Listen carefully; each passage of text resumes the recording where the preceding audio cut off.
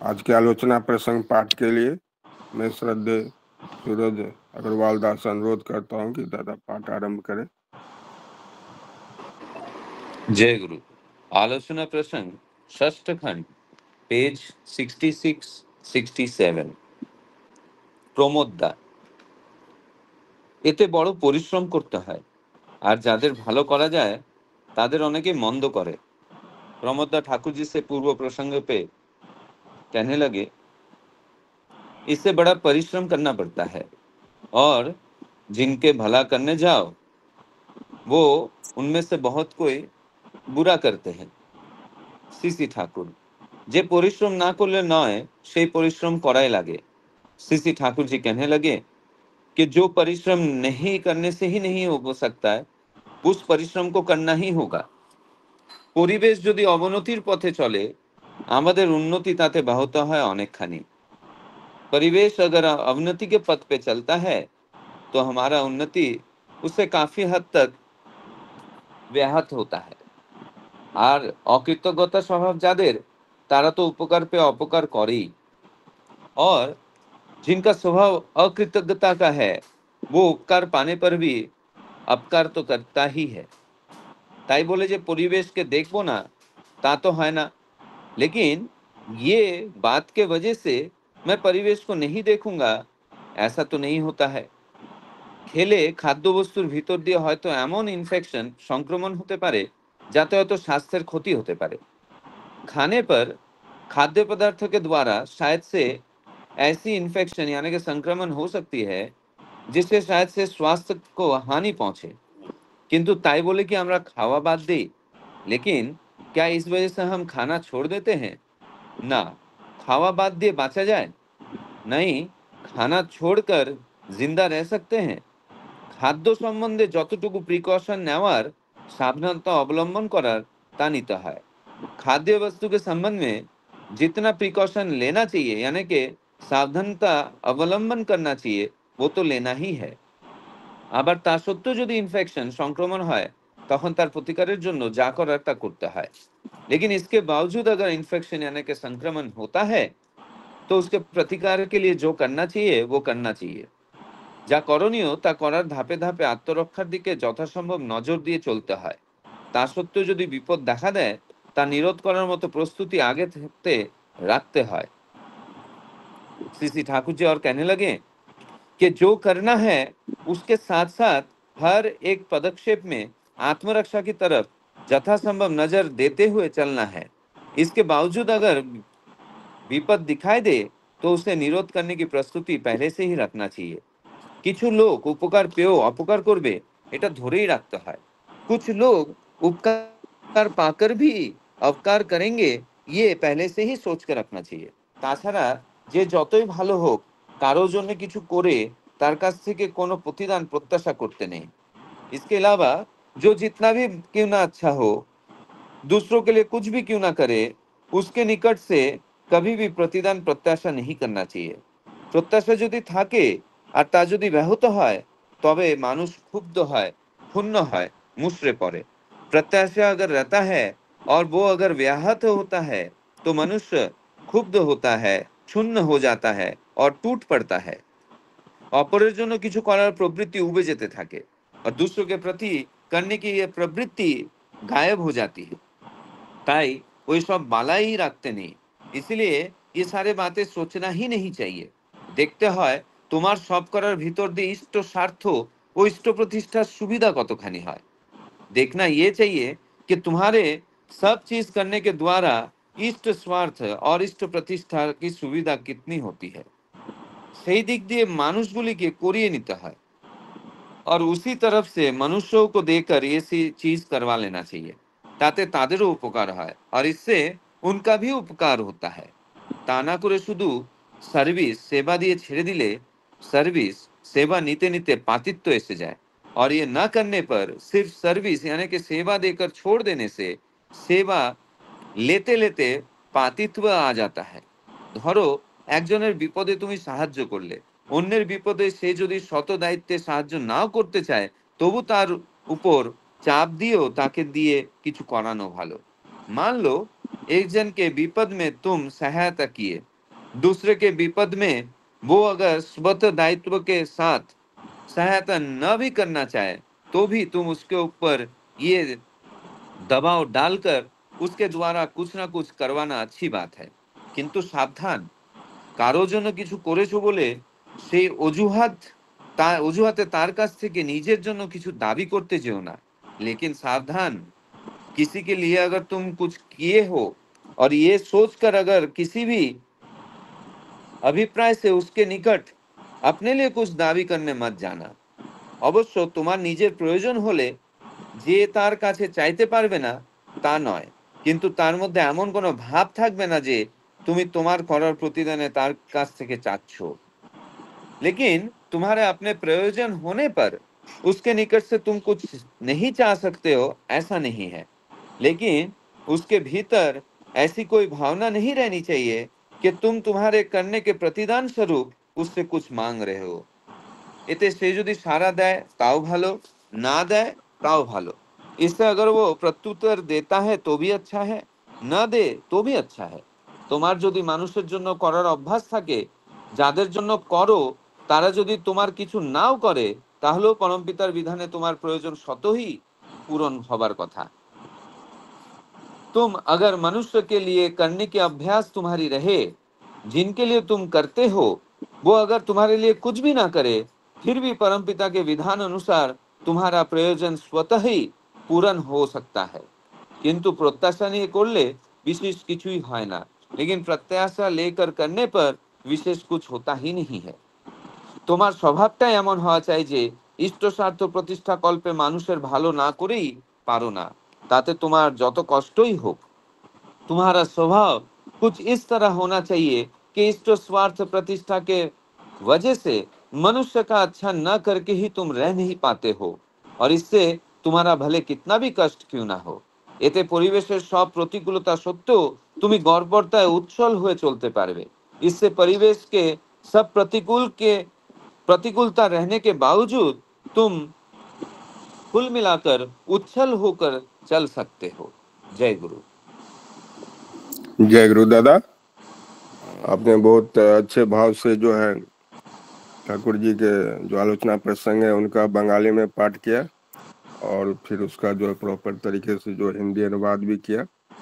मैं कुछ पॉइंट्स बोल देता हूँ यहाँ पे।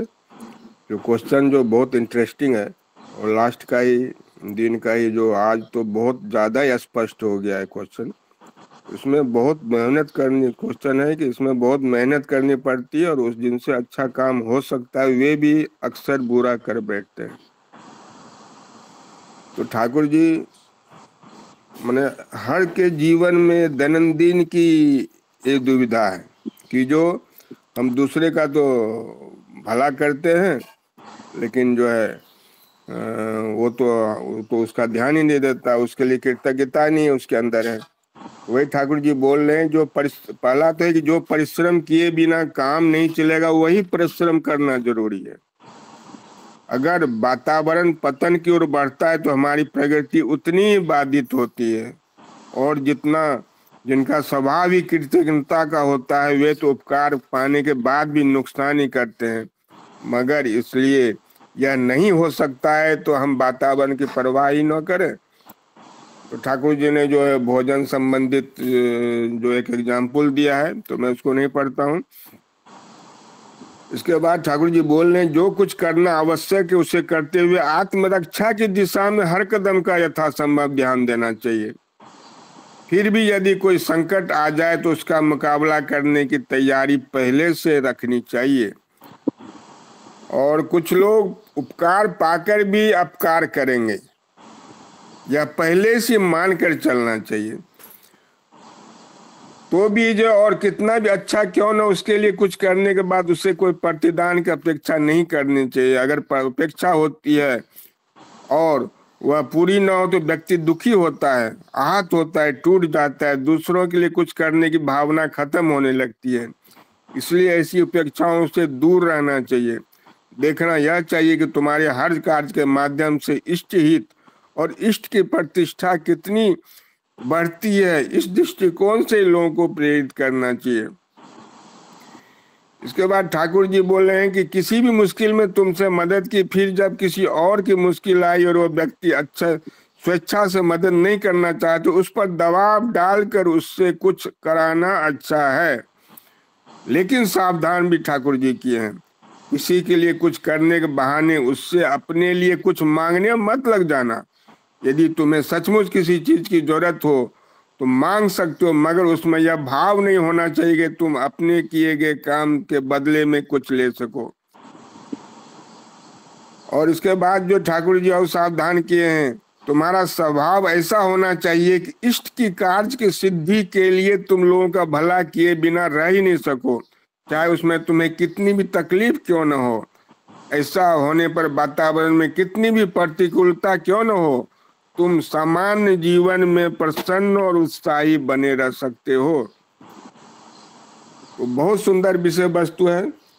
मैं आज के प्रथम आलोचक श्रद्धेय प्रोफेसर सूरज अग्रवाल से अनुरोध करता हूं कि दादा इसी विषय वस्तु पर आप आलोचना करें। जय गुरु। आप सभी को दीपावली की हार्दिक शुभकामनाएं। आज का जो प्रसंग है ये पूर्व प्रसंग का ही कंटिन्यूएशन है, जहाँ पे ठाकुर जी अब आशुदा को उनके प्रश्नों का उत्तर देते हुए कहने लगे कि अगर तुम अपना भला चाहते हो तो अपने स्वार्थ अगर चाहते हो तो परिवेश का भला करो, परिवेश का स्वार्थ देखो, लेकिन इष्ट प्राण अनुवर्तना से। इससे तुम्हारा जो परिवार, परिवेश, यहाँ तक के पूरा देश जो है उन्नति के पथ पे आगे बढ़ने लगेगा। तो प्रमोदा इस बात को सुनकर स्वतः ही कहने लगे कि ये तो बहुत बड़ा परिश्रम का बात है, और बहुत बार ये दिखाई देता है कि जिसका हम भला करते हैं उनमें से बहुत कोई हमारा बुरा कर देते हैं। तो ठाकुर जी इसके ऊपर बहुत सुंदर एक दिशा निर्देश दे रहे हैं। ठाकुर जी बहुत प्रैक्टिकल भावादर्श को लेकर चलते थे। कभी भी कोई मिराकल, ये सब बातों का वो कभी भी प्रश्रय नहीं दिए अपने जीवन में। इसलिए यहाँ पे ठाकुर जी बोल रहे हैं कि जहां पे मेहनत करना जरूरी है वहां पे आप मेहनत नहीं करके रह ही नहीं सकते हो। मैं अगर चाहता हूं कि मेरा पारिपार्श्विक अच्छा हो तो सबसे पहले तो मुझे खुद को अच्छा होना पड़ेगा, अच्छा मेहनत करके खुद को सुधारना पड़ेगा। क्योंकि देखिए ये तो एक स्वाभाविक बात है जो बचपन से हम देखकर सीखते आ रहे हैं कि हमारे बड़े या तो हमारे आजू बाजू में जो लोग जिस तरह बिहेवियर करते हैं उसी तरह से हम सीखते हैं। एक छोटे बच्चे के सामने हम बड़े जो भी व्यवहार करते हैं, जिस तरह व्यवहार करते हैं, वो बच्चा वैसे ही व्यवहार करना शुरू करता है। मतलब हमारे इर्द गिर्द हम जो भी कुछ देखते हैं, जो भी हम रेस्पॉन्स हमें मिलता है, हम हमारे चरित्र उसी हिसाब से बन उठता है। तो अगर मुझे समाज को अगर प्रभावित करना है, क्योंकि हमारा जो समाज है उसमें अच्छाई भी है और बुराई भी है, दोनों है। बुराई रहित समाज हो ही नहीं सकता है। उसका कारण ये है कि कैसे भी करके हम कितना भी सोच क्यों ना ले, लेकिन किसी के सोच को बदलने के लिए उसको डांटना फटकारना उपाय नहीं हो सकता है। अगर उसके आचरण को परिवर्तन करना है तो उसके हृदय का परिवर्तन होना बहुत जरूरी है, और किसी के हृदय को परिवर्तन करना इतना आसान नहीं है। सबसे पहले तो हमें हमारे हृदय को प्रसारित करना होगा। इसलिए तो सत्यनारायण स्वर्ण में ठाकुर जी बोले कि संकुचनी संकुचनी पाप है और प्रसारणी सुख है। तो ये संकोचनी दुख और प्रसारणी सुख, इसका मतलब क्या है? जब तक मेरा हृदय प्रसारित नहीं होगा कि मैं लोगों का भला करने जाने पर ऐसा हो सकता है कि कोई इंसान मुझे धिक्कार कर दे, कोई इंसान मुझे ठीक से उसका प्रत्युत्तर ना दे, रेस्पॉन्स ना करे सही तरीके से, मुझे ये प्रस्तुति लेके ही आगे चलना है। इसलिए ठाकुर जी बोल रहे हैं कि जो चीज बिना परिश्रम करके नहीं हो सकता उसके लिए परिश्रम करना ही पड़ेगा, तुम उसको इग्नोर ही नहीं कर सकते हो। और अगर परिवेश अगर अधपतन के ओर चल रहा है तो मैं किस तरह खुद का उन्नति होगा ये मैं एक्सपेक्ट कर सकूं। बहुत साधारण सा बात है कि अगर समाज में मान लीजिए कि कोई एक भ्रष्ट इंडस्ट्रियलिस्ट है मान लीजिए, और वो ऐसा कोई पदार्थ तैयार करता है जिससे हमारे हेल्थ का नुकसान हो, एक उदाहरण स्वरूप, तो अगर मैं ये समझता हूँ कि अरे वो तो इंडस्ट्रियलिस्ट है, वो अधपतन के ओर जा रहा है, तो मुझे उससे क्या करना है। लेकिन मुझे ये सोचना होगा कि समाज में जो लोगों के वजह से मैं हूँ, क्योंकि मैं अकेला तो जिंदा नहीं रह सकता हूँ, सबके ऊपर निर्भरशील होकर जिंदा रहना है। इट इज इंटरडिपेंडेंट, इंडिपेंडेंट तो है नहीं। तो इस हालात में मैं अगर ये सोचूं कि अरे ये तो उसका प्रॉब्लम है, मुझे उससे क्या, मैं वो प्रोडक्ट नहीं लूंगा, लेकिन ऐसा दिखाई देगा कि क्रम अनुसार धीरे धीरे समाज जो है वो वीक हो जाने की वजह से कहीं ना कहीं उसका प्रभाव मेरे ऊपर भी पड़ेगा। आज देखिए वही हो रहा है। सिंपल सा मैं आपको और एक एग्जांपल दूंगा, आप लोगों को ये बात समझ में आ जाएगी। उपजाऊ बढ़ाने के लिए, क्योंकि ऑब्वियसली जनसंख्या बढ़ रहा है, तो जनसंख्या का जो खाद्य वस्तु है वो बढ़ाने के लिए तो क्या किया जाता है, सारे जो सब्जी है, फ्रूट्स है, उसमें इंजेक्शन दिया जाता है।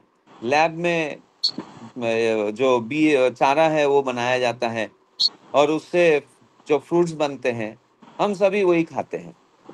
अब अगर मैं ये सोचूं कि अरे नहीं नहीं, जो फलन कर रहा है उसका वो जिम्मेदारी है, मुझे उससे क्या करना है, तो क्या मैं इससे छुटकारा पा जाऊंगा? क्या मैं वो पेस्टिसाइड्स से छुटकारा पा जाऊंगा? नहीं पाऊंगा। तो मुझे अगर ये चीज को ठीक करना है तो मुझे जागरूकता फैलानी होगी, और ये जागरूकता फैलाने के लिए बहुत परिश्रम भी करना होगा। तो ये जो बात है ये हमें समझना बहुत जरूरी है। और ठाकुर जी यहाँ पे प्रिकॉशन के हिसाब से क्या बोल रहे हैं कि बहुत की कोई लोग यहाँ पे एक मिस्टेक है, कृतज्ञता नहीं है या अकृतज्ञता स्वभाव जिनका ये होगा, तो जिनका स्वभाव है कि वो उपकार पाने पर भी उस बात को कभी भी एक्नॉलेज नहीं करता है, उल्टा जो उपकार करता है उसका नुकसान कर देता है, ये बात को हमें समझकर ही चलना होगा।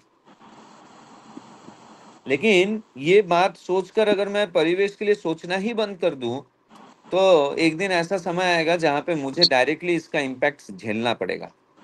ठाकुर जी बहुत सुंदर उदाहरण दिए कि खाना खाने की वजह से ऐसा हो सकता है कोई इन्फेक्शन हो जाए, लेकिन इसकी वजह से हम खाना खाना ही तो बंद नहीं करते हैं। चलते चलते मान लीजिए कि राह में एक्सीडेंट हो गया, मुझे नुकसान पहुंच गया, तो मैं रास्ते में चलना बंद कर देता हूँ क्या? तो इसके लिए ठाकुर जी बोल रहे हैं कि अगर ऐसा सोच के हम लोग खाना ही खाना छोड़ देंगे तो हम जिंदा कैसे रहेंगे, क्योंकि वो तो हमारे जीवन का सबसे बड़ा एक प्रयोजन है। ठीक उसी तरह से समाज को उन्नति के पथ में लेके जाना मेरे उन्नति के लिए प्रयोजनीय है, क्योंकि समाज के वजह से मैं हूं। हम सोशल एनिमल है, सोशल एनिमल होने के नाते मैं अगर ये सोचूंगा, अरे अभी देखिए दिवाली का टाइम है, सिंपल से आपको एक उदाहरण देता हूं। आप अगर देखेंगे अभी बाहर तो बहुत ज्यादा धुंध है। एक्चुअली ये धुंध नहीं है, ये स्मॉग है। मतलब स्मोक और फॉग दोनों मिलकर ये वातावरण सृष्टि हुआ है। यही जब बहुत ज्यादा हो जाएगा ना तो देखेंगे बारिश होगा। ये क्यों हो रहा है? ये इसलिए हो रहा है क्योंकि हम लोग जरूरत से ज्यादा हम पटाखे फोड़ रहे हैं। जरूरत से ज्यादा, देखिए अक्टूबर का महीना है, अक्टूबर के महीने में इतना गर्मी होता है क्या? अक्टूबर के महीने में इतना गर्मी नहीं होता है। ये तो एक प्लेजेंट महीना है, लेकिन देखिए कितना गर्मी हो रहा है। उसका कारण क्या है? हम सब कारण है। तो ये इसका जिम्मेदार मैं खुद भी हूँ, क्योंकि मैं खुद तो जागरूकता फैला नहीं रहा हूँ, और मैं घर पे बैठकर मैं बोल रहा हूँ कि अरे देखो कितना बाहर का वातावरण कितना गर्म है। तो ठाकुर जी यहाँ पे इसलिए बोल रहे हैं कि जो खाना खाने से मुझे नुकसान हो सकता है उसके लिए मुझे प्रिकॉशन लेना है। मुझे जब पता चला कि शक्कर खाने से, मीठा खाने से मेरा वजन बढ़ रहा है, मैं स्लो हो रहा हूँ, मेरे अंदर जो स्फूर्ति है वो कम हो जा रहा है, मैंने साथ साथ विद इन ए सेकेंड मैंने डिसाइड किया कि मुझे मीठा खाना छोड़ देना है। मैंने छोड़ दिया। एक अवस्था ऐसी थी जहां पे मिठाई देखने से मैं दौड़ पड़ता था, मतलब मैं खुद को रोक नहीं पाता था, और अनलिमिटेड मैं मिठाई खा लेता था। मैं एक ही दिन सोचा और मैंने छोड़ दिया खाना। तो मुझे ये प्रिकॉशन लेना है। क्यों? क्योंकि मैं अगर स्वस्थ नहीं रहूंगा तो मैं किस तरीके से लोगों के सामने उदाहरण रखूंगा। मुझे अभी कुछ दिन पहले मेरे कॉलेज में मेरा एक इंटरव्यू था, एक पोस्ट के लिए। तो उन्होंने मुझे एक सवाल पूछा कि तुम्हारे हिसाब से सही मायने में एक लीडर कौन होता है। बोला सर मुझे लीडर कौन होता है, क्या क्वालिटी है, वो तो मुझे लीडर के हिसाब से तो नहीं पता, लेकिन मैं एक चीज समझता हूँ कि मुझे अगर दूसरों को प्रभावित करना है, मुझे अगर एक ग्रुप ऑफ पीपल को अगर मुझे प्रभावित करना है, तो सबसे पहले मुझे करना होगा, मेरे चरित्र में उस बात को उतारना होगा। जब मैं उस बात को उतारकर मेरे जीवन में मैं एक एग्जाम्पल सेट करूंगा, तभी मेरे लोग मुझे पसंद करेंगे और मुझे फॉलो करेंगे।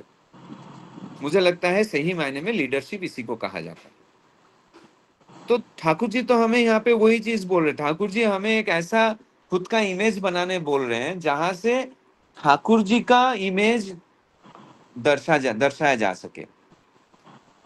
मैं अगर खुद स्वस्थ नहीं रहूं, मैं अगर खुद अगर अच्छा नहीं रहूं, मेरा अगर एज मेरे चेहरे से दिखाई देगा, मैं अगर हमेशा बीमार रहूंगा, मेरा अंदर अगर हमेशा चिड़चिड़ापन रहेगा, तो क्या मैं लोगों को बोल सकता हूं कि ठाकुर जी का दीक्षा लेने से जीवन सुंदर हो सकता है?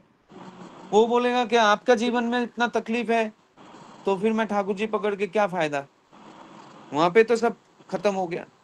तो मुझे मेहनत करना ही होगा, लेकिन ये भी ध्यान रखना होगा कि जो करने पर मुझे अगर पता चल रहा है कि ये करने से मुझे यहाँ पे ये प्रॉब्लम अराइज हो सकता है, तो मुझे उसके साथ साथ उसका प्रतिकार सोचते हुए ही वो काम करना होगा। जब मैं ऐसा करूंगा तो देखा जाएगा कि लोगों के तरफ से जो नेगेटिव रेस्पॉन्सेस है वो कम इम्पैक्ट होने लगेगा, और काफी हद तक नेगेटिव रेस्पॉन्स आएगा ही नहीं। क्यों? क्योंकि मैंने प्रिकॉशन ले लिया। इसलिए तो ठाकुर जी कहे कि क्योर से भला प्रिकॉशन अच्छा है। मैं ऐसा कुछ होने ही नहीं दूंगा जिससे प्रॉब्लम तैयार हो। हमारे डिपार्टमेंट में हमारे एक कलीग है, वो कलीग जो है वो अपने जीवन से बहुत ज्यादा त्रस्त होने की वजह से वो हमेशा उसके उसके अंदर एक चिड़चिड़ाहट रहती है। तो शुरू शुरू में मैंने बहुत कोशिश किया कि उनको थोड़ा सा याजन करके उनके इस चिड़चिड़ाहट को मैं कम करूं, लेकिन ऑब्वियसली अभी किसी के दैनंदिन जीवन के उसका जो एकदम इंटीमेट पर्सनल लाइफ है उसमें तो मैं घुस नहीं सकता हूं। तो ऐसा कुछ हुआ जिसके वजह से मुझे ये समझ में आया कि ये इंसान को मैं कितना भी कुछ भी बोल लूं, तो ये इसका चिड़चिड़ाहट खत्म नहीं होगा। उसका कारण ये है कि जितना अच्छा याजन मैं करता हूं, वो बाद में अपने परिवेश में जाने पर उससे कई गुना ज्यादा नेगेटिविटी उसके साथ रहता है। तो मैंने क्या किया, और वो कभी भी छोटे मोटे बात पे भी बहुत ज्यादा गुस्सा करती है, तो मैंने ये बात को समझा कि ये उसका आचरण बन चुका है। अगर मैं इस आचरण को मैं कहीं पर भी थोड़ा सा भी उसको बाधा देने लगूं, तो वो और ज्यादा वो चिड़चिड़ाहट होगा उसका। तो क्यों उस चीज को ट्रिगर करना? तो मैंने मेरे डिपार्टमेंट में काफी लोगों को कह दिया कि वो अगर कुछ भी बोले तो आप उसका जवाब मत दिया करो। आप जवाब देंगे तो वो और ज्यादा इंस्टिगेट होंगी, और ज्यादा वो चिड़चिड़ाहट करेगी। तो उसको क्या करना है, जब वो गुस्सा कर रही है, आप सब शांत रहिए, धीरे धीरे वो खुद ही उनका गुस्सा कम हो जाएगा और उनको अपने इस व्यवहार के लिए पछतावा होगा। तो धीरे धीरे उनको ये बात जब समझ में आया कि अरे मेरे ऐसे व्यवहार से कोई मुझे प्रत्युत्तर नहीं दे रहा है और चुप रह रहे हैं, और मैं बेवकूफ के जैसा ये व्यवहार कर रहा हूँ, धीरे धीरे उनके व्यवहार में थोड़ा थोड़ा सुधार आने लगा। तो ये जो बात है ना, ये हमें समझना होगा। लेकिन जो भी कुछ हम करते हैं उसके करने के पीछे अगर मैं कोई एक चाह लेके करता हूं, तो वो करना प्योर नहीं रहता है। क्यों? क्योंकि मेरे उस करने के पीछे मैं कुछ ना कुछ उम्मीद कर रहा हूं। देखिए, एक बहुत सिंपल सा बात है, हर एक रिलेशन, मैं ऐसा समझता हूं, हर एक रिलेशन तभी ठीक रहता है जब उस रिलेशन में हम कोई एक्सपेक्टेशन नहीं रखते हैं। क्योंकि जैसे ही मैं एक्सपेक्टेशन करना शुरू किया, इसका मतलब मैं सामने वाले को मेरे जैसा ढालने का कोशिश कर रहा हूं। मैं अगर ये एक्सपेक्ट करता हूं कि मतलब मुझे ये मिलना चाहिए, इस इंसान से ये मिलना चाहिए, इसका मतलब मैं क्या एक्सपेक्ट कर रहा हूं कि सामने वाला मेरे मन के मुताबिक बने।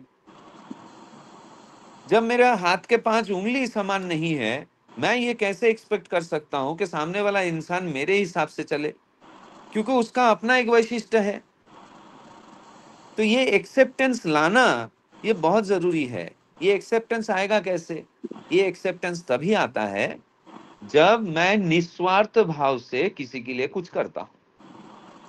और ये एक्सेप्टेंस आना इतना मामूली बात नहीं है, ये बहुत ज्यादा प्रयास करने पर, परिश्रम करने पर अपना मन तैयार होता है। इसी को तो मुझे लगता है कि ठाकुर जी बोल रहे हैं अपना मन को तैयार करना, कि सामने वाला इंसान या परिस्थिति जो भी है, दोनों में से कोई भी है, जब हम उस परिस्थिति को या तो उस इंसान को उसी हिसाब से एक्सेप्ट कर लेते हैं, तब हमारे जीवन में दुख कम हो जाता है। इसलिए ठाकुर जी 70 शरण में बोले कि सब अवस्था में राजी रहो, दुख तुम्हारा क्या करेगा। ये बात मुझे समझ में नहीं आया था, नहीं समझ में आया था। अरे हर एक अवस्था में इंसान कैसा राजी हो सकता है? उसका खुद का प्रवृत्ति है, ईगो है, इतना सारा चीज है, जटिलताएं है, वो कैसा हर एक चीज को एक्सेप्ट करेगा। लेकिन जब धीरे धीरे ठाकुर जी का लिटरेचर मैं पढ़ने लगा, मुझे समझ में आया कि ठाकुर जी एक्चुअली क्या चाह रहे हैं हमसे। इतने दिन मैं सोचता था समर्पण समर्पण समर्पण, अरे समर्पण का बहिप्रकाश क्या है? मुझे ऐसा लगता है समर्पण का बहिप्रकाश है एक्सेप्टेंस। एक्सेप्टेंस आ गया तो समझना होगा कि धीरे धीरे मेरे जीवन में संतोषम परम सुखम, ये बात कहीं ना कहीं अप्लाई हो रहा है। तो इसलिए मुझे तब प्रत्याशा नहीं रहेगा, मुझे एक्सपेक्टेशन नहीं रहेगा, और मैं लोगों के लिए अनायास भाव से मैं करने लगूंगा, उस करने की कोई सीमा नहीं रहेगी। इसलिए ठाकुर जी यहाँ पे क्या बोल रहे हैं कि देखना ये चाहिए कि हर एक तुम्हारे करने के भीतर उसके द्वारा तुम्हारा इष्ट स्वार्थ और इष्ट स्वार्थ प्रतिष्ठा कितना सुविधाजनक हो जा रहा है। क्योंकि बिना प्रत्याशा के मैं तभी कुछ कर पाऊंगा लोगों के लिए जब उस करने के अंदर मेरा इष्ट स्वार्थ इन्वॉल्व है, कि मुझे ठाकुर जी ने बोला ये करना है तो मुझे करना है। मुझे उसमें सोचना नहीं है कि भाई इससे मुझे क्या मिलने वाला है, इससे मुझे क्या प्राप्ति होगी। और वो तभी संभव है जब मेरा इष्ट स्वार्थ और इष्ट प्रतिष्ठा ये दोनों उस काम के अंदर है। क्योंकि इष्ट स्वार्थ प्रतिष्ठा और इष्ट प्रतिष्ठा रहित जो भी काम मैं करता हूं वो मेरे प्रतिष्ठा के लिए करता हूं, और मेरे प्रतिष्ठा में हमेशा एक्सपेक्टेशन रहता ही है। ये बात मुझे समझना होगा। लेकिन ठाकुर जी और एक सावधान वाणी दे रहे, बहुत सुंदर बात, मतलब ये पढ़ने के बाद तो मैं और ज्यादा मुझे मजा आया गया कि ठाकुर जी क्या बोल रहे हैं कि दूसरों के लिए करना है। ठाकुर जी एक तरफ क्या बोल रहे हैं कि दूसरों के लिए करना है, सेवा देना है, लेकिन ये भी बोल रहे हैं कि उसको सेवा देकर छोड़ देने से नहीं होगा। क्योंकि ऐसा अगर मैंने कर दिया तो सेवा पाते पाते वो इंसान धीरे धीरे पातित्व के और बढ़ जाएगा। उसको एक्सपेक्टेशन ही रहेगा कि मुझे कोई ना कोई आके तो मुझे सेवा देने ही वाला है। फिर उसका खुद का जो कर्म, जो योग्यता है, उसका जो कर्म क्षमता है, वो उसको काम पे ही नहीं लगाएगा। धीरे धीरे वो इंसान क्या हो जाएगा, वो बोलते हैं ना वो जिसमें जान नहीं है ऐसा कोई इंसान बन जाएगा। वो अपना अपने लिए भी प्रयास नहीं करेगा। इसलिए ठाकुर जी क्या बोल रहे हैं कि दूसरों का अगर तुम सेवा करते हो तो उस इंसान को भी किसी और के सेवा में लगाओ, ताकि उसको भी वो एहसास हो कि दूसरों को सेवा करने में ही प्रकृत उन्नति है और प्रकृत सुख है। तो इसलिए ठाकुर जी यहाँ पे बोल रहे हैं कि सेवा देके छोड़ देने से नहीं होगा, सेवा दूसरों का विपद में भी उसको काम पे लगाना होगा, भले वो नहीं चाहे, जबरदस्ती उसको देके करवाना होगा। देखिए आचार्य देव हमसे वही करवाते हैं। डीपी वर्क्स क्या है? वही है। डीपी वर्क्स और कुछ नहीं है, वही है। ठाकुर जी बोल रहे हैं कि तुम्हें सेवा मिला है ना कभी, तुम्हारे तकलीफ में कोई आना, कोई गुरु भाई आके खड़ा हुआ है ना, तुम्हें कभी ना कभी मेंटल सपोर्ट मिला है ना, तो ये तुम्हारी सेवा में मिला। अब तुम डीपी वर्क्स में जाके सेवा दो, ताकि मैं मेरे जीवन में मेरे सेवा भाव को मैं एक्टिव रख सकूं। और इसके लिए मुझे कुछ चाहना नहीं है। मैंने किसी के जीवन में जाकर उसको मैं पुनर्स्मरण करवा के उसके जीवन में अच्छाई की प्रतिष्ठा कर दिया, तो उसके वजह से मैं ये नहीं बोला ए तुम्हारा दिन तो सुधर गया, चलो मुझे ये दो वो दो। ठाकुर जी ये कभी नहीं बोले हैं। अगर मैं ऐसा करता हूं तो मैं खुद पातित्व के रास्ते में चल पड़ूंगा।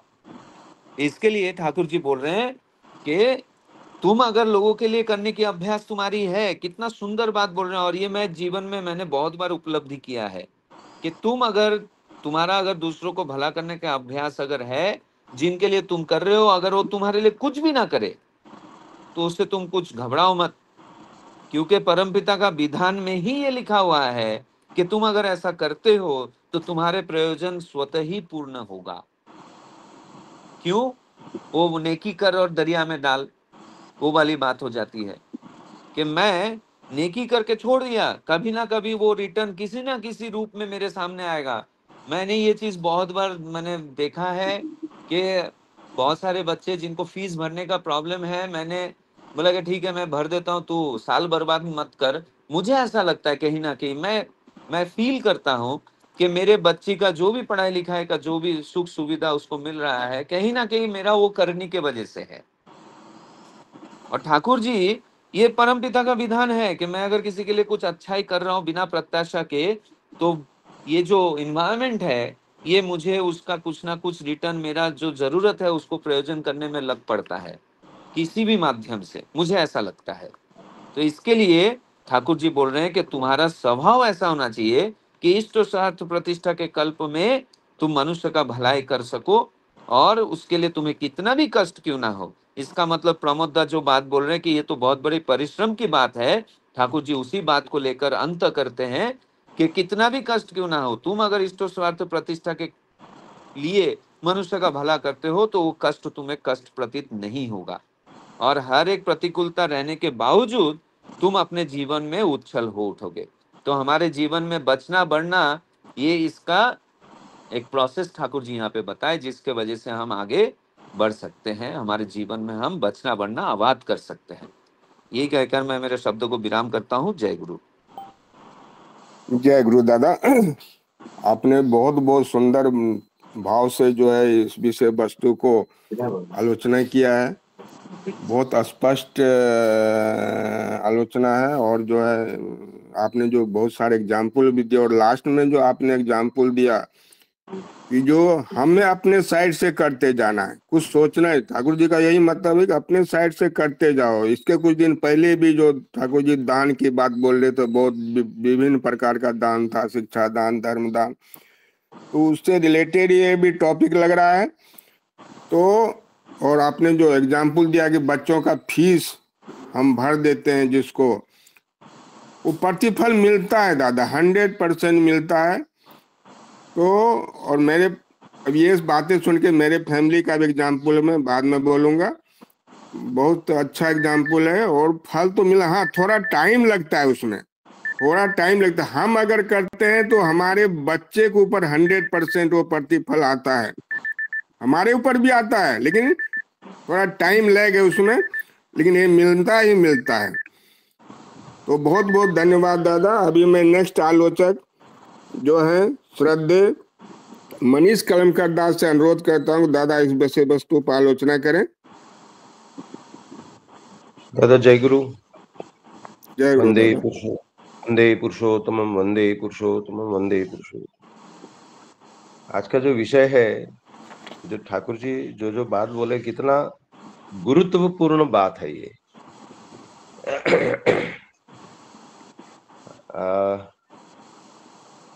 जो कल जो हमने पढ़ा था उसमें ठाकुर जी बोल रहे, मैं बार बार कह चुका हूँ, फिर कहता हूँ, अगर तुम सच में अपना भला चाहते हो, अपना हित चाहते हो, तो अपने परिवेश का भला करो, उसके हित की चिंता करो, इष्ट के प्रति समर्पण और अनुगमन के साथ।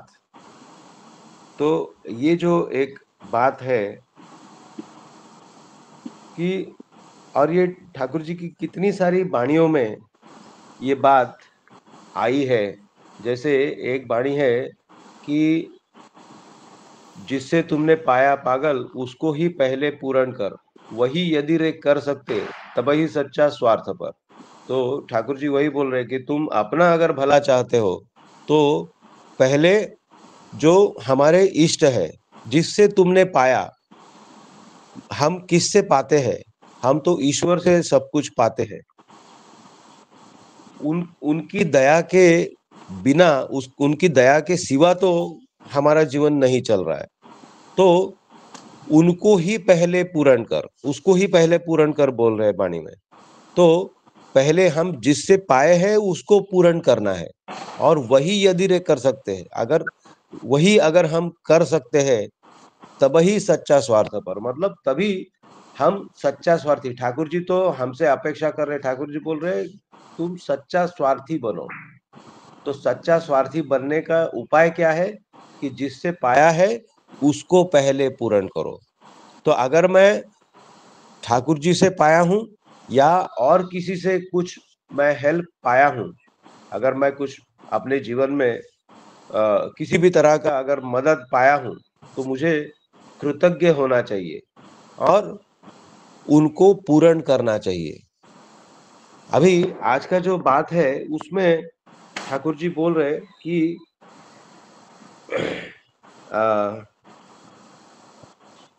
साधारण तौर पर जो लोग हैं वो, अगर हम किसी का हेल्प करते हैं तो कोई जरूरी नहीं कि वो मुझे वापिस कुछ उसके उपादान में कुछ देगा, ऐसा कोई जरूरी नहीं। लेकिन मुझे प्रत्याशा उसके लिए नहीं रखना है कि वही मेरे जरूरत में वो आकर के खड़ा हो जाएगा। लेकिन एक बात जरूर है, जैसे अभी सूरजदा बोल रहे थे, तो ये घूम करके वापिस आता है। ये आप जो देंगे, आप जो प्रसारित करेंगे, वही आपके पास घूमकर वापिस आने वाला है। ये एक बूमरैंग की तरह होता है। बूमरैंग क्या है, आप जब छोड़ते हैं ये घूम के वापिस आता है। वैसे ही आप जो कुछ प्रसारित करेंगे वही आपके पास वापिस आने वाला है। तो कोई जरूरी नहीं कि वही व्यक्ति जो है वो आपको आपके जरूरत में आकर के खड़ा हो जाए, लेकिन आपकी जरूरत के समय आप देखिए कि आपको कैसे मदद मिलता है। ये मेरा अपना अनुभूति मतलब बहुत सालों से है। मैं कब की लगभग 92 93 की बात बताता हूँ। एक बार हम लोग ट्रेन में ट्रैवल कर रहे थे, मैं और मेरा दोस्त, हम लोग छुट्टी से वापस जा रहे थे चंडीगढ़, और हम दोनों का ही 2 अलग-अलग सीट था, बर्थ था। तो क्या हुआ कि ट्रेन में एक परिवार जो है उनका मतलब सास बहू और उनका छोटा बच्चा, छोटा मतलब शायद 3 4 5 महीने का बच्चा, ऐसे करके ये 3 लोग जो है वो ट्रैवल कर रहे थे, उनके पास एक बर्थ था। तो हमने क्या किया कि हम दोनों एक बर्थ पर एडजस्ट कर लिए और हमारा एक बर्थ जो है उनको दे दिया। तो मैं कई बार, और ये हम लोग मतलब कई बार करते थे कि अगर कोई तकलीफ में है तो उनको, मतलब हमारा कभी भी अप्रोच ये नहीं रहा कि मेरा सीट है तो आप क्यों बैठोगे, तो आप उठ जाओ। इस तरह का हमारा अप्रोच कभी रहा ही नहीं। मुझे कभी याद नहीं है कि मैंने अभी मतलब किसी को ऐसा बोला कि आप यहाँ से हट जाओ। लेकिन मतलब किसी तरह एडजस्ट करके चलना है। तो कई बार मेरे ऊपर भी ऐसा प्रसंग आया, तो देखा कि लोग मेरे लिए भी एडजस्ट कर रहे हैं।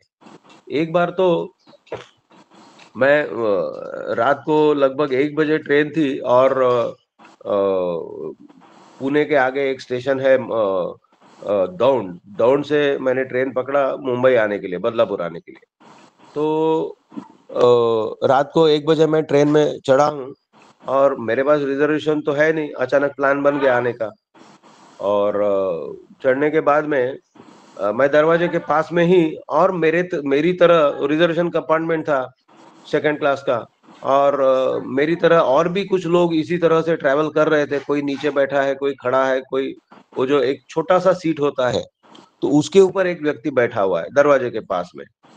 तो फोल्डेबल सीट होता है, तो अटेंडेंट के लिए हो सकता है, या टीटी के लिए हो सकता है, या पुलिस कर्मी के लिए हो सकता है। वो एक सीट ऐसा छोटा सा सीट होता है, तो वो बहुत छोटा सीट है, एक आदमी बड़ा मुश्किल से बैठता है।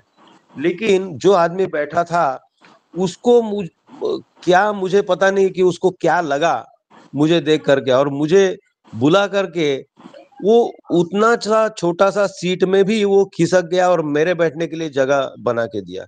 मैंने उसको मना किया, नहीं दादा आप बैठिए, आराम से बैठिए, मैं खड़ा हूँ, मुझे कोई तकलीफ नहीं, मैं कंफर्टेबल हूँ। लेकिन नहीं, वो मुझे खड़ा होने नहीं दिया। वो मुझे बार बार बुला करके और मुझे बैठा के ही वो माना। तो उसको मेरे अंदर क्या दिखा वो मैं नहीं जानता, लेकिन उसने मेरी तरह और भी लोग वहां पर थे, पर उसने मुझे बुला करके वो जगह दिया। तो बात वही है कि हम जो कुछ करेंगे वो आप प्रत्याशा मत रखो, मैं प्रत्याशा नहीं रखता हूं, लेकिन वो घूम के आती है। तो मैं जो कुछ देता हूं, मैं जो कुछ प्रसारित करता हूं, वही चीज जो है वो वापिस आती है। फिर ठाकुर जी आज का जो बात है, सूरजदा ने भी इसको बहुत अच्छे से एक्सप्लेन किया। ठाकुर जी बोले हैं कि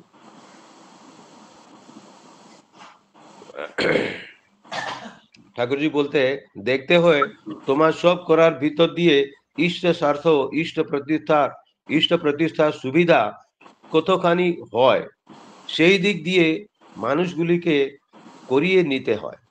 मतलब हम किसी को कुछ अगर सेवा दे रहे हैं, जैसे डब्लूदा बोले, सूरजदा बोले कि किसी बच्चे का फीस भर दिया, तो सिर्फ उतना करके छोड़ना नहीं है। बहुत सारे लोग उनका कुछ देने का, कुछ किसी के लिए सेवा देने का मन में एक भाव रहता है, और उस भाव के खातिर अगर वो इष्ट प्रतिष्ठापन्न अगर नहीं है, अगर अपने हिसाब से वो करते हैं, जैसे कोई लोग ठंड के समय में कंबल बांटते हैं, कोई लोग जो है मंदिर के बाहर जो गरीब लोग बैठते हैं उनको खाना खिला देते हैं।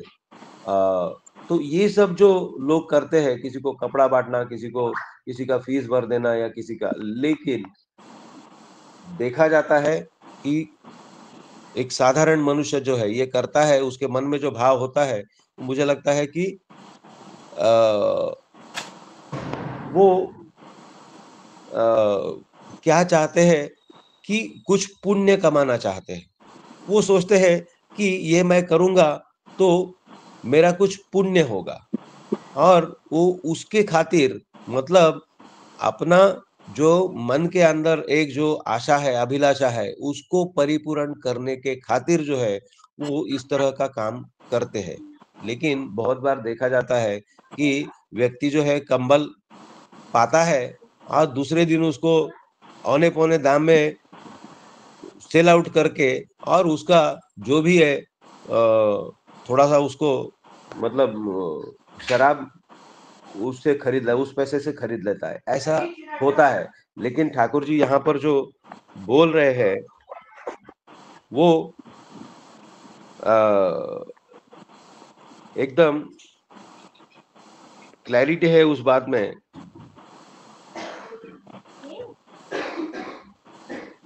ठाकुर जी बोल रहे, অবশ্য তোমার নিজের প্রয়োজন হলে যে তার কাছে চাইতে सॉरी, ये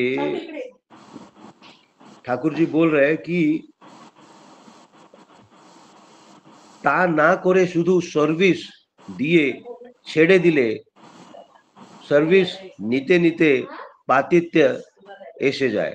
मतलब अभी सर्विस देते देते, मतलब पतित होना होगा, हमारा पतित होना होगा, और वो जो व्यक्ति है उनका भी वही, मतलब उनका कोई कल्याण नहीं होने वाला है। इसीलिए ठाकुर जी बोल रहे हैं कि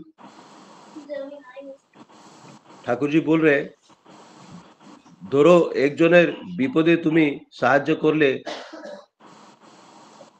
অন্যের বিপদে সে যদি শত দায়িত্বে সাহায্য নাও করতে চায়, তবু তার উপর চাপ দিয়েও তাকে দিয়ে কিছু করানো ভালো। तो मतलब क्या है कि जो व्यक्ति को आप सर्विस दे रहे हैं, आपने किसी को कुछ दिया है, तो आप उसका जब समस्या हल हो जाए और कोई और समस्या में पड़े तो उस व्यक्ति से जो है, जो आपसे सेवा पाया है, ऐसे व्यक्ति को आप थोड़ा चाप दे करके भी, उसको थोड़ा प्रेशर दे करके भी आप उससे कुछ ना कुछ सेवा कराइए। तो ये उससे उनका ही भला है, और उनका भला है तो हमारा भला है, उसमें तो कोई बात नहीं। तो ठाकुर जी आगे बोल रहे, किंतु सावधान, कारो जन्य किछु করছো বলে সেই অজুহাতে তার কাছ থেকে নিজের জন্য কিছু दाबी करते जेओ ना। ठाकुर जी वही बात बोल रहे हैं कि अपने लिए कुछ वो आप मतलब मैं अगर सेवा दिया हूं तो वो मुझे मेरे लिए, मैं अगर किसी संकट में पड़ूं तो वो मेरे लिए खड़ा हो जाएगा, ऐसी प्रत्याशा नहीं रखना है। और वह इस तरह का प्रत्याशा रखने से क्या होगा, ठाकुर जी बोले ही है कि अगर प्रत्याशा रखेंगे तो दुख आ सकता है।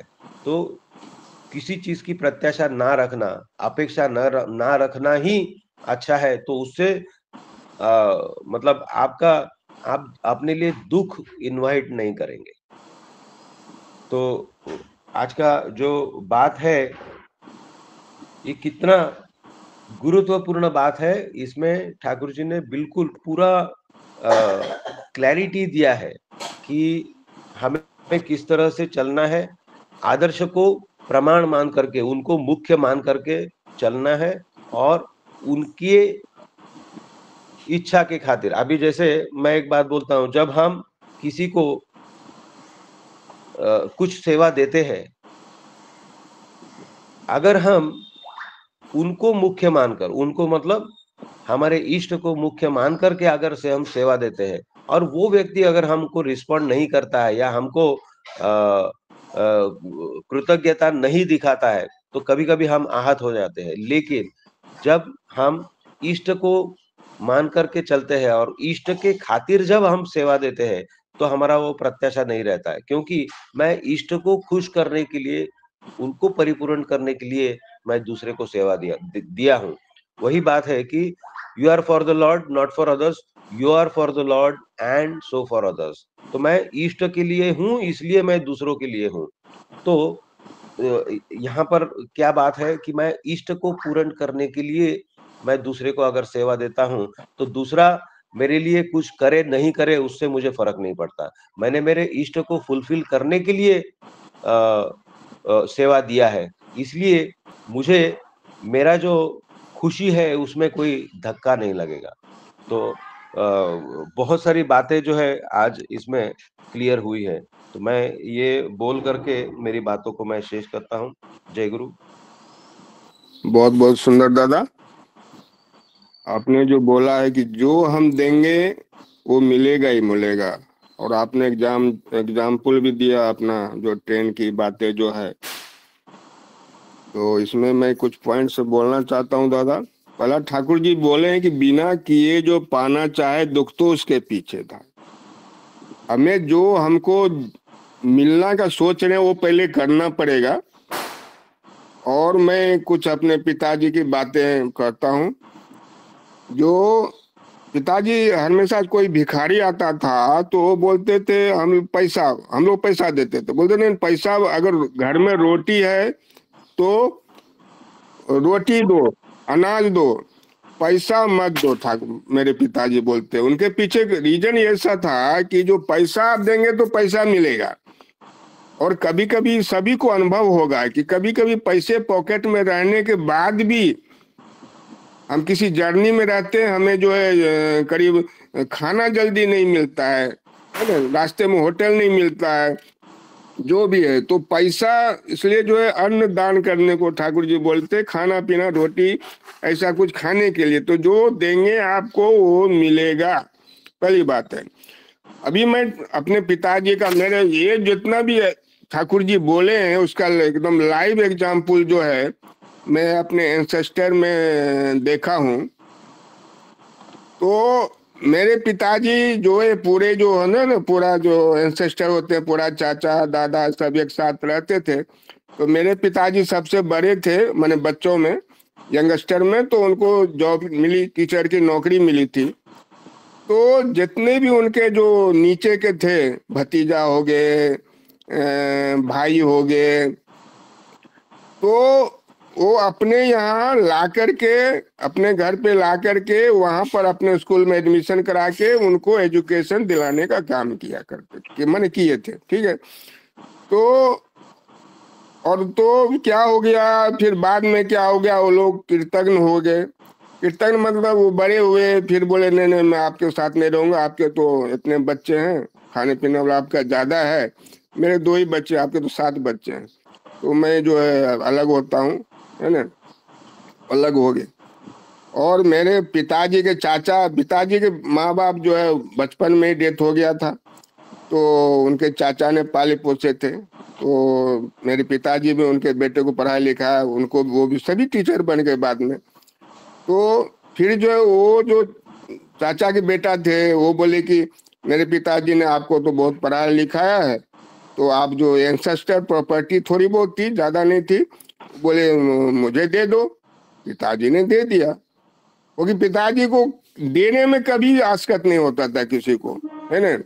जो ठाकुर जी आज बातें बोल रहे हैं, सब पिताजी में मेरे गुण भरे हुए थे, है ना। तो बाद में देखा गया कि जो भी लोग कीर्तन हो गए या कर्म किए, उन्होंने सेवा दिया, फिर उसको जो उनकी इच्छा के बदले में उन्होंने पूर्ण कराया, यानी कि हम दिए हैं तो फिर हमको दे दो, पूर्ण कराया। तो सब पिताजी ने अपना कर्तव्य पूरा किया। बाद में देखते हैं जो जो बोलते हैं ना, पिता कर्म में बच्चे का मन मिलता है, पिता के कर्म जो है वो बच्चे, मतलब थोड़ा टाइम लगता है, इसलिए जो है ना वो फल पाने में टाइम लगता है। पिता अगर कर्म कर रहे हैं तो बच्चे पर तो उसका जरूर फायदा पिता के जीवन में मिलता है बाद में, लास्ट में, और बच्चे पर भी उनका प्रभाव दिखता है। तो जितने लोगों थे वो, उनका फैमिली तो कुछ आगे बढ़ा नहीं, पढ़ा लिखा नहीं, उनके बच्चे जो भी है मतलब उस और निम्न स्तर पर चले गए। और मेरे पिताजी ने जो काम किया, ठाकुर जी जो आज बताए हैं, उन्होंने काम किया, तो उनके, उनका प्रभाव जो उनके बच्चे मतलब हम लोग पर पड़ा। और जो है जो है जैसे मेरे फैमिली में सभी डॉक्टर इंजीनियर ही हैं, और जो एंसेस्टर हैं जो भी इधर उधर थे वो सब मतलब ऐसे रह गए, मतलब लाइव एग्जाम्पल में मेरे आंख के सामने नाचने लगा ये बातें सब सुन करके। तो यही बातें हैं। और जो है यही मैं बात कहना चाहता था कि जो हर हमेशा जो है दूसरे को, और ये तो निश्चित है कि हम करेंगे, हम अपने फैमिली को करेंगे, फिर समाज को करेंगे, उसका असर मिलने वाला, 100% मिलने वाला है। मैंने अपने जीवन, मेरे पिताजी के जीवन में देखा है। तो इतना ही कहकर मैं जो है अभी मैं जो है कुछ टाइम बचा हुआ है दादा, 5 मिनट में मैं कॉल करते हैं, शशिकांत आप दास अपना से पसंद अनुरोध करें। करता हूं कि दादा आप कंक्लूडिंग आलोचना करें।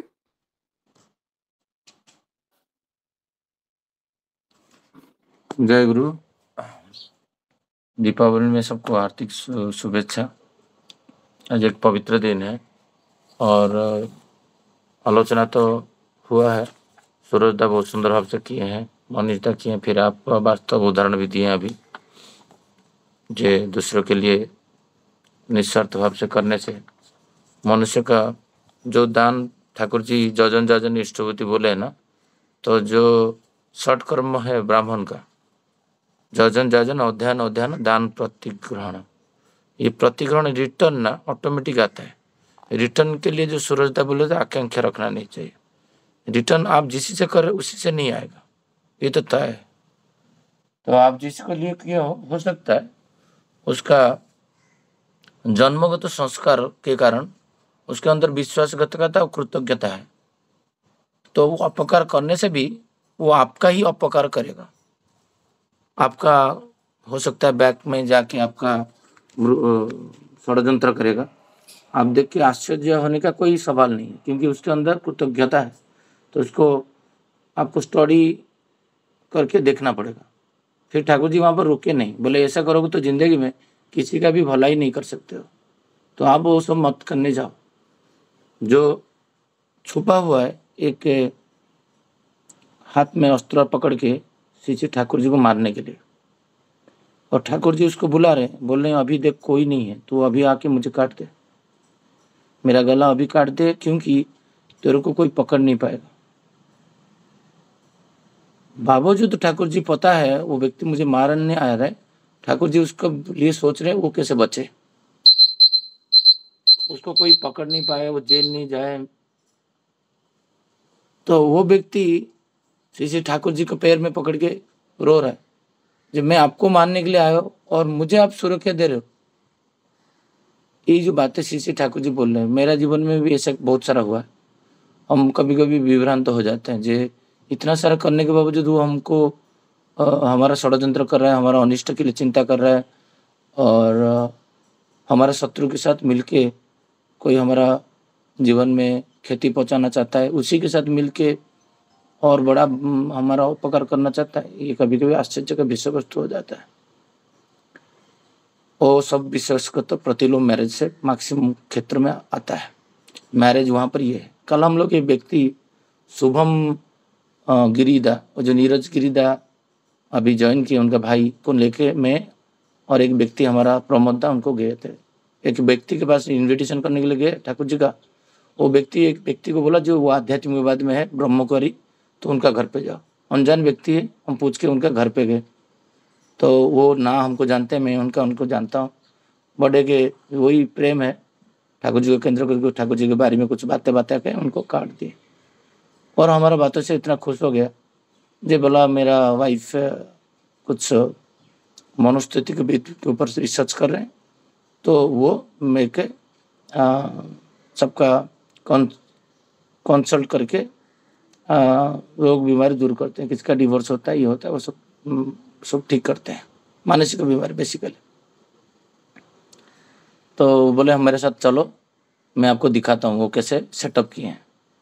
तो एक किराए घर पे, उनका तो खुद का घर था, वो दूसरा घर पे हमको लेके गए, हम साथ में गए। इंटरेस्टिंग बात चल रहा था, तो मुझे 2-3 चीज़ बोले। जैसे किसी का हस्बैंड वाइफ का झगड़ा होता है, तो मेरा वाइफ उसको कंसल्ट करके दूर करते हैं। वो लाइट वगैरह रेड लाइट लगा दिए, गद्दा पिच नीचे डाला हुआ है, शुभम भाई और प्रमोद भाई मेरे साथ बैठे हैं।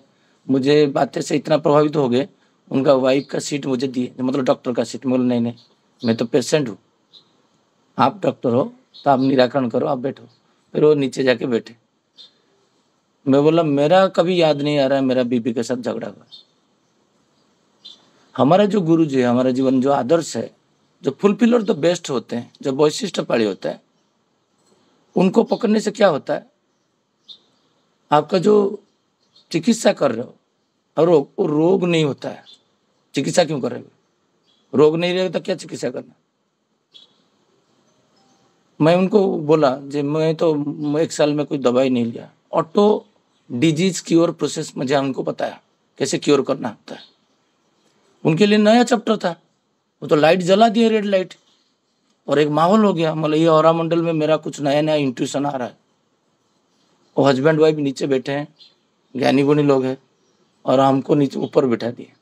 मैं प्रमोद दा, शुभम दा, मेरा तो बोलने से माने स्टार्ट होता है तो एंड नहीं होता है, कॉन्टिन्यूस 20 मिनट्स ठाकुर जी के बारे में बताया।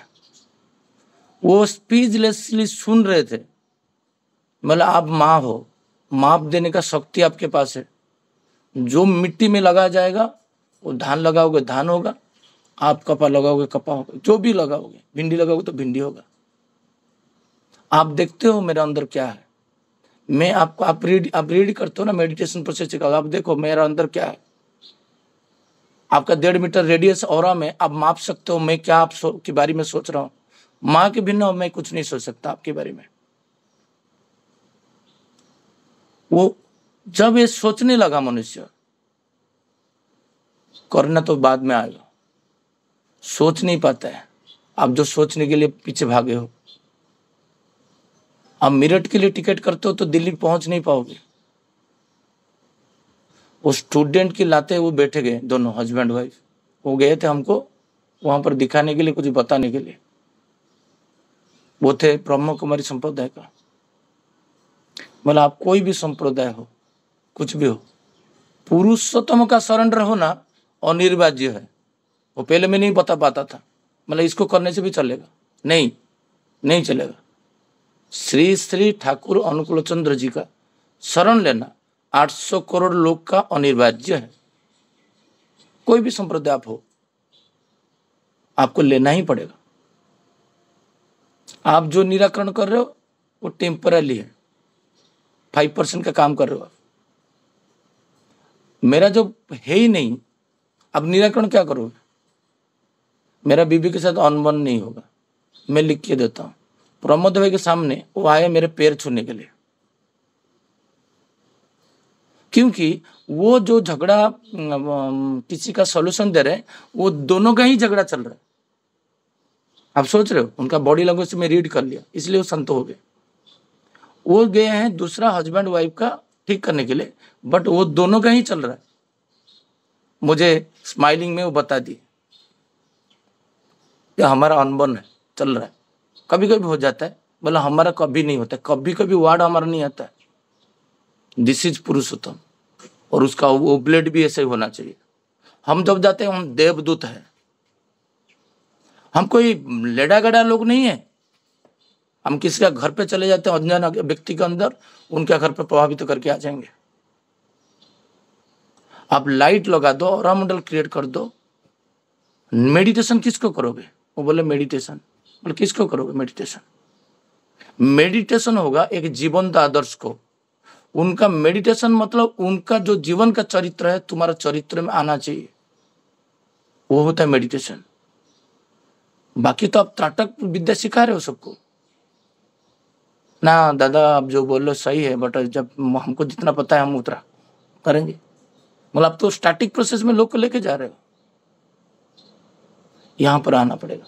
फिर मुझे आने के टाइम बोलो मेरा बेटा को आपको देता हूँ और आप कोई भी काम में लगा दो। देखो अनजान व्यक्ति ब्रह्म कुमारी का, क्योंकि जो शुभम भाई थे, नीरज भाई अभी है, बोला ये व्यक्ति मुझे आके बोल रहे हैं मुझे थोड़ा उसको दवाई के लिए, मेरा सर दर्द होता है मैं दवाई खाता हूँ। बोला कल से दवाई बंद। उनको पूछा, इनको पूछो दवाई खा रहे हैं 1 महीना से? मना किए। घोड़े के द्वारा दौड़ रहे हैं अभी मेरे साथ। 23 तारीख को दिल्ली जाने वाले थे, टिकट बंद हुआ। कल मुझे इवनिंग में प्रज्ञा फोन किए, पूछो तो शुभम भाई खिचड़ी खा सकते हैं क्या? हर व्यक्ति का वो क्या खाएगा, कैसे रहेगा, कैसे पहनेगा, उसका आदर, कैसे प्रेम व्यक्तिगत भाव से करना पड़ेगा। देन एक धर्मी चुबे चुबे जो खावी ठाकुर जी बोल रहे हैं, वो एक एक व्यक्ति को हम परिवर्तन होगा, एक एक व्यक्ति। वो दोनों हस्बैंड वाइफ वहां पर बैठ के सुन रहे थे मेरा बातें। हम गए थे कार्ड देने के लिए। हर जगह में आप दे के आओगे, हर व्यक्ति उत्सुकता के साथ ग्रहण करेगा आपका चरित्र को जो उदाहरण दोगे। जैसे मैं चरित्र का उदाहरण दिया, मेरा पत्नी के साथ नहीं होता है, फटाक से फिर वो दोनों बैकफुट में चले गए, क्योंकि दोनों मिला के देखे जी हाँ हम तो दुनिया को इतना बड़ा घर लेके, लाइट लगा के, पोस्टर लगा के, सबका निराकरण के लिए, जगत का निराकरण के लिए दौड़े हैं। हमारा तो निराकरण नहीं हुआ है। हम दोनों तो अभी अनबन में प्रोसेस में है। ठाकुर जी यही जड़ में पकड़ के रखे। उपकार जब दुनिया को करने के लिए, जब खुद का तो उपकार करो। खुद का हम उपकार नहीं कर रहे। हमारा संबंध ठाकुर जी को लेकर होना चाहिए। हमारा हर जगह में स्वार्थ नहीं होना चाहिए। कोई व्यक्ति एक स्वार्थ कन्विंस करके पैसा लिया, मेरा वाइफ मुझे बोल रहे हैं उसको लिखो, बात दे के बात क्यों नहीं रखे? क्योंकि मेरे को तो इंट्यूशन नहीं आ रहा था देने के लिए, बट आप लिए तो टाइमली क्यों नहीं दे रहे हो? हर व्यक्ति को सिखाओ। जिसको परोपकार कर रहे हो वो व्यक्ति परोपकार दूसरा के कैसे करे। ये पालदा का मैं बातें उदाहरण ऑलवेज देता हूँ। मैं किसी से कुछ लेता हूँ, उसको 100% 10 टाइम्स ठाकुर जी मेरे माध्यम से देते हैं। 10 टाइम्स मैं लिख के दे सकता हूँ। और मैं जहां से लेता हूं मेरा कोई स्वार्थ नहीं रहता है। मेरा रूममेट स्मृति रंजन जेना था, दुबई में एरोनॉटिक इंजीनियर है। वो मुझे आप बोलता है, मैं उसको आप बोलता हूँ, सेम एज है। हम कभी भी, हमारे जीवन में स्वार्थ दोनों का नहीं होता है। वो व्यक्ति तो किसी किसी को कार भी दिया है, गुरु भाई को, वो बोलता है मैं घर भी दे दूंगा, क्योंकि उस स्वार्थ नहीं होता है। जहां पर स्वार्थ नहीं होता है वो सब कुछ त्याग कर सकता है। ठाकुर जी यहाँ पर बोला तुम्हारा स्वार्थ होना नहीं चाहिए। वो व्यक्ति के लिए मैं क्या, वो व्यक्ति को मैं साथ में लेके जा रहा हूँ। क्यों लेके जा रहा हूँ? मेरा एक ही मत शर्त है, वो कैसे इष्ट के साथ युक्त हो जाए। नहीं तो वो व्यक्ति 23 तारीख का टिकट कैंसिल करके 27 तारीख का फ्लाइट मेरे लिए क्यों करेगा? क्योंकि वो अनुभव किया जो शशिकांत दास कैसे बात करते हैं लोग से। मैं कहीं पे जाता हूं, उनका परिवार का कैसे मंगल होगा, कोई भी संप्रदाय हो। वो माँ को बोल के आया तुम्हारा घर पे खाना नहीं बनेगा। हाँ शुभम भाई हर वक्त बोलते तुम्हारा किचन में उस दिन तुमको नहीं जाना है। हमारा भाव जो होता है वो हम भाव इंजेक्ट नहीं कर पाते। हर व्यक्ति के कोण में हम लोग ठाकुर जी का बातें जाके पहुंचाएंगे, ये नहीं हो पाता था 20 साल से, अभी स्टार्ट हुआ है। जैसे अभी सूरजदा बोलते हैं मिठाई खाने का प्रवृत्ति हम लोग छोड़ दिए एकदम। एक बार चीनी छोड़ दिया तो चीनी छोड़ दिया। कल कुछ फ्रिज में काढ़ा था, उसमें चीनी डाला था, प्रज्ञा बोला था उसमें चीनी डाल दिया, हम लोग पियेंगे नहीं। एक बार छोड़ दिए, त्याग कर दिए, त्याग कर दिए, कोई आसक्ति नहीं उसके प्रति, क्योंकि ठाकुर जी के लिए, ईश्वर के लिए। यही है कि बड़ा पाव खाने के लिए पागल होता रहा बहुत। अभी देख रहा हूँ कोई पानी में ना चिवा में पानी आ रहा है ना कुछ आ रहा है, कुछ नहीं आ रहा है, क्योंकि ठाकुर जी के लिए। हमारा शरीर को स्वास्थ्यवान रखना है तो ठाकुर जी वही बोल रहे हैं जो दो परिवेश में क्या दोगे। अभी पालावा में एक नीट एंड क्लीन एक लड़की 29 ईयर्स का चला रहे हैं, तो उसके समूह लोग को लेके उसके साथ के जुड़ जाओ। मैं परिवेश के लिए क्या कर सकता हूँ? मैं परिवेश के लिए कुछ भी नहीं कर रहा हूँ, तो मेरे लिए कौन आएगा? हर जगह में जाके हस्बैंड वाइफ का जो बातें, परिवार का बातें, मैं ठाकुर जी की बातें पहुंचा रहा हूँ डर, बिना डर के। हर जगह में मैं मेरा पत्नी का और पुत्र का उदाहरण देता हूँ। 12 साल में सोचते ही नहीं, मतलब 12 साल में सोचते ही नहीं। No compromise, no compromise. हर जगह में मैं कॉम्प्रोमाइज करते जाऊंगा, मैं क्या बोलूंगा किसके लिए? मैं तो ठाकुर जी बड़मा के बारे में बहुत उदाहरण कम देता हूँ परिवेश में। शुभम भाई मेरे साथ जाते हैं, उनको पता है, कभी भी नहीं देता। मेरा परिवार के बारे में देता हूँ। सचमुच आप ऐसे है, सचमुच मिला के देख के आओ, तब कॉन्फिडेंट कन्विक्शन आएगा। परिवेश में कुछ दिन के बाद मैं देख रहा हूँ, मुझे जो लग रहा है, कल मैं बोल रहा था यहाँ पर प्लावन होगा, जो वार्ड ठाकुर जी बोलते हैं प्लावन आप सृष्टि करोगे। मेरा माध्यम से ठाकुर जी यहाँ पर प्लावन सृष्टि करेंगे ये धराभूमि में। कल मुझे बोल रहे थे जो परिवार में तुम जा रहे हो यहाँ पर 5-7 हजार लोग इकट्ठा हो जाएंगे, 5-7 हजार ये वार्ड। क्योंकि हर जगह में मैं कोड में, हृदय में आग लगा के आ जाऊंगा ठाकुर जी के प्रति। आपको ठाकुर जी के पास आना ही पड़ेगा, नहीं तो वो जो औरा मंडल केंद्र है तो मेडिटेशन सेंटर में लेके हमको बिठाया था वाइब्रेशन सृष्टि करने के लिए, वो स्तंभित हो गया मेरा बातों से। ठाकुर जी किसके लिए आए? शिक्षा दीक्षा विवाह। हम क्या बोलते हैं इस हिसाब से, क्योंकि हमारा चरित्र में वो नहीं है। और जब चरित्र में आएगा तो आपको बोलना बहुत कम पड़ेगा। कल फटक से बोल दोगे। कल जैसे बोले बहुत सारा मेडिसिनल हम लोग कंसल्टेशन करते हैं, बोला हमको तो मेडिसिन जरूरत नहीं है। हमको मेडिसिन जरूरत नहीं है, कंसल्टेशन क्या करोगे? पूछो पैरासिटामोल मेरा वाइफ मुझे दिया कि 1 साल में। मेरा थ्रोट इन्फेक्शन हुआ था, मैं रिकवरी अभी 7 डेज है, मैं रिकवरी कर दूंगा। डॉक्टर के विद्या के पार है। फर्स्ट टाइम मैं मेरा थ्रोट इन्फेक्शन को मैं बिना मेडिसिन में क्योर करूंगा। मेरा टेम्परेचर को मैं प्रशमित करूंगा। मेरा कोई स्टोमक डिजीज नहीं आएगा, आर्टिफिशियली नहीं आएगा। ये जब मैं जाके बात बताऊंगा जी मैं सुस्ती की वजह से मेरा सुस्त हूँ, मेडिसिन जरूरत नहीं पड़ता, 1000 रुपया जो आपका खर्चा हो रहा है, ठाकुर जी का शरण लीजिए, सुस्तन लीजिए। देखिए मैं जिसको बोलता हूँ सुस्तन ले, वो सुस्तन ले लेता है, क्योंकि बेनिफिट में बताता हूँ। मुझे क्या मिला है? दान तो बात करता, मुझे क्या मिला है? प्रतिदान। मुझे ठाकुर जी से कुछ मिला है तो मैं दान के पीछे, मतलब जाजन में मजबूर हो जाऊंगा। मैं दान करने में, जाजन करने में, धर्म दान करने के लिए मजबूर हो जाएगा। मुझे कुछ मिला नहीं अभी तक, इसलिए मैं बता नहीं पा रहा। बताओ जगत में आपका गला पड़ जाएगा, आपको इतना बताओ। जैसे आचार्य देव अभी हो रहा है, क्यों हो रहा है? आचार्य देव का ऐसा दिन रात बताते जा रहे, क्योंकि उनको मिला है। क्या ईश्वर मिले? हमारा जीवन में ऐसे ही होना चाहिए। हर परिवार में जाता हूँ, कोई अनजान व्यक्ति में, वहां पर संचारित करके आ जाओ बातें। ये होना चाहिए आपका परोपकार। हर घर में धर्मदान से बड़ा कोई दान नहीं होता है। प्रत्येक मनुष्य को ईश्वर के साथ युक्त कर देना, यही हमारा श्रेष्ठ दान होना चाहिए। जय गुरु। जय गुरु दादा। आपकी बातों से यही निकल के आता है कि हमें ठाकुर जी को लेकर के जो है हमें दूसरों के लिए हमेशा क्या करना है वही सोचना है, दूसरे लोग किस तरह से अच्छे पथ पे चले। और जो दान की बात हो रही है और बिना स्वार्थ का, वो वही पर, यही आज की आलोचना में यही कि बिना स्वार्थ रखे अगर हम करते हैं तो फल तो मिलने वाला ही है, उसके थ्रू नहीं मिलेगा, लेकिन ठाकुर के थ्रू तो 100% मिलने वाला है। बहुत बहुत सुंदर दादा। मैं आज के आलोच्य विषय को यहीं पर समाप्त करता हूँ। मैं भी सभी दादा माँ से अनुरोध करूंगा कि जो अपना वीडियो खोल के एक दूसरे को जय गुरु करें। जय गुरु, सभी दादा माँ को जय गुरु। सभी दादा माँ को जय गुरु। सबको दीपावली की हार्दिक शुभकामनाएं। जय गुरु, जय सबको गुरु, दीपावली की हार्दिक सभी दादा माँ को जय गुरु। Deepawali to all. सभी दादा माँ को जय गुरु। जय गुरु, जय गुरु, जय गुरु, जय गुरु दादा। जय गुरु। मनीष दा जय गुरु। जय गुरु, सभी दादा माँ को जय गुरु। शुभ दीपावली सभी को। शुभ दीपावली। हाँ, शुभ दीपावली मेरे तरफ से भी सभी दादा माँ को। सभी को शुभ दीपावली। तेलंग दा जय गुरु। सभी दादा माँ को जय गुरु।